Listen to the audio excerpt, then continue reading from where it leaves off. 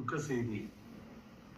என்னோடு சமகாலத்தில் பணியாற்றியவர், தமிழ் திரையுலகத்தில் தனக்கென்று ஒரு தனி முத்திரையை பதித்து தனி கொடி நாட்டியவர், என் இனிய நண்பர், எழுத்தாளர், இயக்குனர் கே. பாக்யராஜ் அவர்களார்.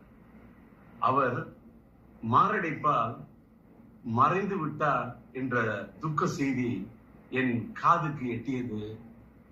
கவலை என்னுடைய மனதை போட்டு வாட்டோ வாட்டு என்று வாட்டியது.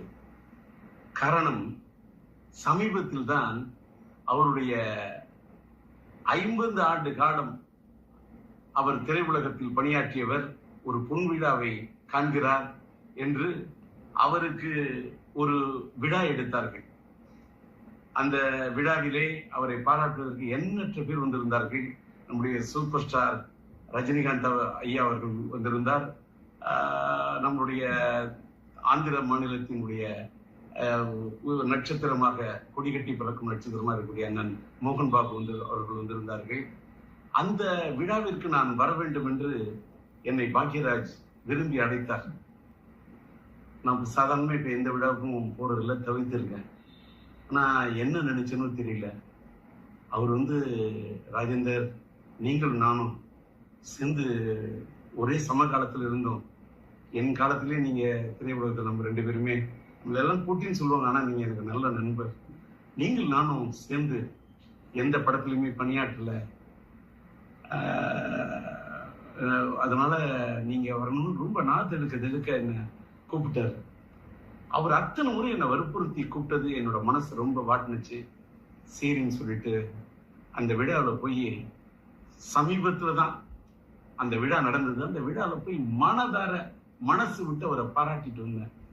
எனக்கு அதுல என்னன்னா, இவ்வளவு சமீபமா அவர் மறைந்து போயிடுவார்னு நான் கனவு கூட நினைச்சு பார்க்கல.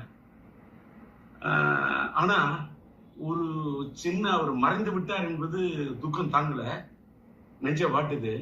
ஆனா ஒரு சின்ன ஆத்ம திருப்தி என்னன்னா, ஒரு மனிதன் மறைந்து விட்ட பிறகு இன்னைக்கு நான் இரங்கல் செய்தி போடுறேன், எல்லாருக்கும் ஆறுதல் தெரிவிக்கிறேன்.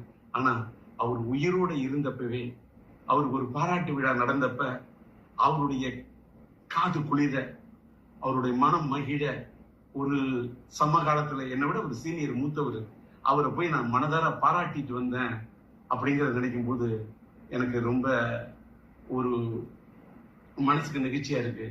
அதோட இன்னொரு நிகழ்ச்சி என்னன்னா, நானும் அவரும் எந்த படத்துலையும் சேர்ந்து பணியாற்றலன்னு சொன்னார அப்படின்னு சொல்லக்குள்ள, என்னுடைய இனிய நண்பர் சாய் ரமணி அவர்கள், இயக்குனர், அவர் இப்போ ஒரு படம் எடுத்துக்கிட்டு இருக்காரு, கன்னடத்து பைங்கிலின்னு ஒரு படம்.